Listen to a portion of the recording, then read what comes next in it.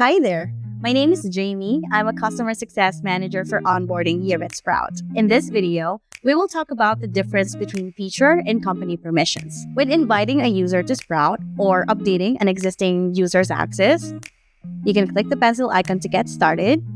A pop-up window will appear where you can see tick boxes like this corresponding to the access you can grant someone.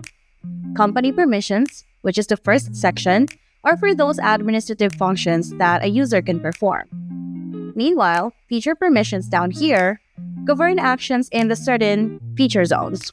Going back to the top, company permissions, this is where you can find the administrative functions such as user and profile management. Administrative permissions allow members access to manage account settings, tasks across teams, roles, URL tracking, Twitter keywords, and reports. Additionally, manage billing is an optional permission you can grant to a user to view billing details, update the payment information on the account, and change your plan level. Remember that when you change your plan level, the billed amount may also change. Next up, we have manage permissions. So manage permissions grant the ability to manage other team members' permissions, and they can also view, edit, create, and remove profile groups.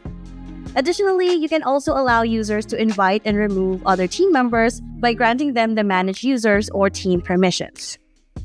We also have manage profiles, which allow team members to add and reauthorize social profiles, and it is important to assign this permission to your team members who also have admin access to your social profiles. Lastly, we have manage tags.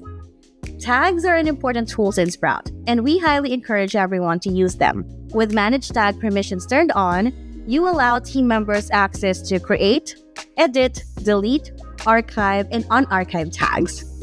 And you can also grant them additional permissions to manage the tag collections. Now let's talk about the feature permissions, or those that grant access to the product zones and specific features in Sprout. Generally, everyone has access to publishing and smart inbox by default, but the account owners and admins have an option to limit some of the functions that they can perform, like the smart inbox advanced functions or queue settings in publishing, especially if you are in the advanced plan. Depending on your team member's role, you can also limit their visibility of listening, reports, and other additional feature pages. So to recap, company permissions are about what functions a user can perform, while feature permissions are for certain products and features in Sprout. I hope this helps you understand the difference between company and feature permissions and decide what's the best permissions to give your team members. Thank you so much for tuning in. See you next time!